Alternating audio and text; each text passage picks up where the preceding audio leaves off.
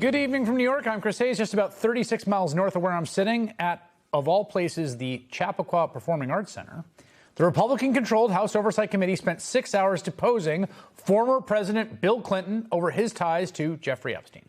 This comes just one day after the committee deposed his wife, former Secretary of State Hillary Clinton, who, by all accounts, never even met Epstein or even corresponded with him.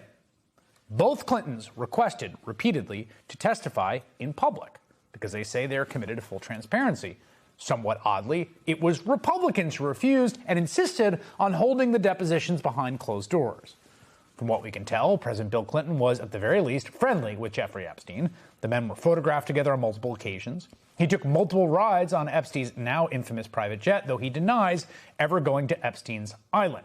Now, crucially, those rides on the jet were in the early 2000s, before Epstein pleaded guilty to soliciting sex from a minor in 2008.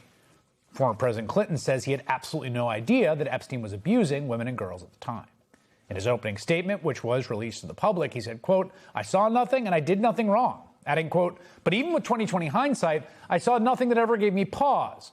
We are only here because Epstein hid it from everyone so well for so long. And by the time it came to light with his 2008 guilty plea, I had long stopped associating with him."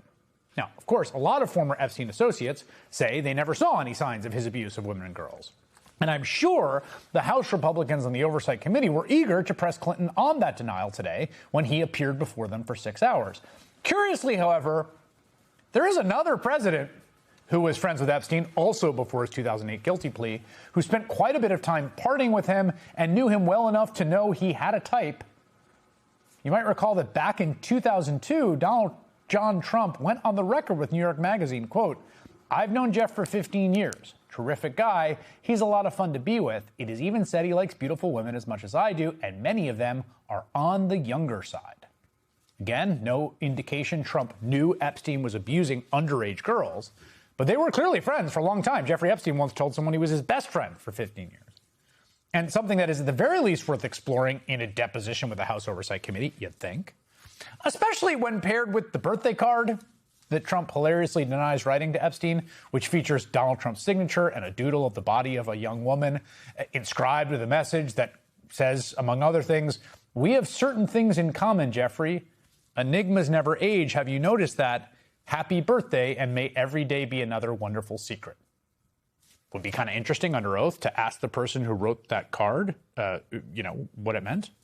Again, if this committee insists on deposing Hillary Clinton, again, who says she has no memory of ever meeting Epstein, and Bill Clinton, who did take trips on the jet and appeared friendly with Epstein, shouldn't they want to hear from Donald Trump?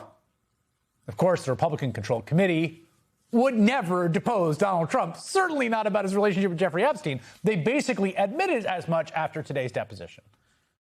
Mr. Chairman, President Trump said today that he knew nothing about the Epstein files and he was exonerated. Do you agree that he is exonerated of this matter? From all the evidence I've seen, he's been exonerated for a long time. And would that preclude your committee, if that's your position, from your committee calling him? Well, we'll discuss that as we move forward. Obviously, we've got more people to bring in, and we'll see if any new evidence arises. But right now, I haven't seen anything. And if anybody Can I just say this? Yeah. The Epstein victims have exonerated President Trump. This is a trope that you guys are, a rabbit hole you guys are going down, but he has been exonerated over and over again by Epstein victims. By the way, that's just not true. And in fact, multiple victims of Jeffrey Epstein came forward to say that that's not true. There's no collective vote they've taken to exonerate Donald Trump.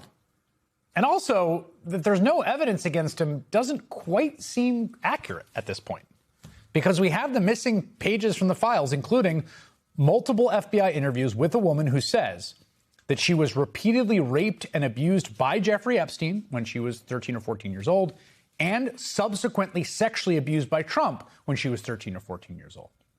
The FBI interviewed her about those allegations. One of them we have access to. You can read it online, the one about Jeffrey Epstein. It's unbelievably, unfathomably disturbing and upsetting. Now, as you just heard, Trump said today he is totally exonerated by the files. The DOJ says it didn't delete anything. So it doesn't sound like a subpoena is coming. But not everyone in Trump's orbit may be so lucky. Remember Howard Lutnick, Trump's commerce secretary, who was Epstein's next-door neighbor for many years and was caught telling a very public, very emphatic, very embarrassing lie about the nature of his relationship with the child sex trafficker. Remember this one, as Lutnick first told it 4 months ago? He went to Epstein's house with his wife and just immediately decided he would never, ever associate with him again. I say to him, massage table in the middle of your house? How often do you have a massage? And he says, every day. And then he gets weirdly close to me. Ooh. And he says, and the right kind of massage. Ooh. Now my wife is standing here. So she looks at me and I look at her and we say, I'm sorry, we have to go. And we left. And in the 6 or 8 steps it takes to get from his house to my house, my wife and I decided that I will never be in the room with that disgusting person ever again. Oh, so I was never in the room with him socially, for business, or for even philanthropy. If that guy was there, I wasn't going because he's gross. I will never be in the room with that disgusting person ever again. Never in the room with him socially, for business, or even philanthropy. If that guy was there, I wasn't going because he's gross. That's pretty definitive and pretty emphatic. But then not too long after that interview, the Epstein files released. It seems as though Secretary Lutnick may not have been entirely truthful. Did you, in fact, make the visit to Jeffrey Epstein's private island? I did have lunch with him as I was on a boat going across on a family vacation.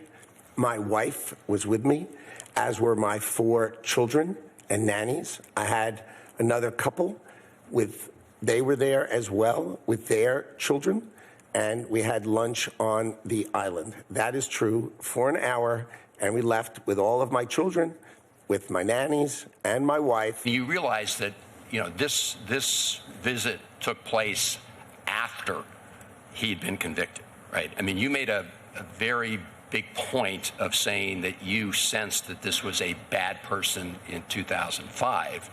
And then, of course, in 2008, he was convicted of soliciting prostitution of a minor. And yet you went and had this trip and other interactions. Yes, of course, Lutnick did meet with him a few more times, and he did go to Epstein's private island after the guilty plea with his family, his wife, his kids, his multiple nannies. This is the person that was so disgusting, they would never talk to him again. But maybe, lunch on the island with your fam. Lutnick says he did absolutely nothing wrong, nor did he see anything wrong, which, again, I inclined to believe he's there with the whole family and the nannies. To his credit, he does not seem to be doing anything wrong in this picture from the Epstein files. Shows a man in a blue shirt and white shorts that appears to look a lot like Howard Lutnick. I think with his family, we don't know. Hanging out with Epstein on the island, which again, looks beautiful. One of the big draws of that island. Now, the photo initially appeared to be missing from the files. It has now been somewhat oddly restored. DOJ claims it was initially flagged for, get this, nudity. But I think it's fair to say that Lutnick has some more questions to answer. Today, Republican Nancy Mace of South Carolina called for Lutnick to be subpoenaed. Democrat Ro Khanna of California says he thinks there are enough votes to do so. Trump is standing by his man, however. Howard Lutnick. What is your reaction to that? Well, Howard would go in and do whatever he has to say. He's a very innocent guy, doing a good job. He's a very innocent guy. Guess that settles that. Trump says Lutnick will testify if subpoenaed. Still no word on a deposition of his own.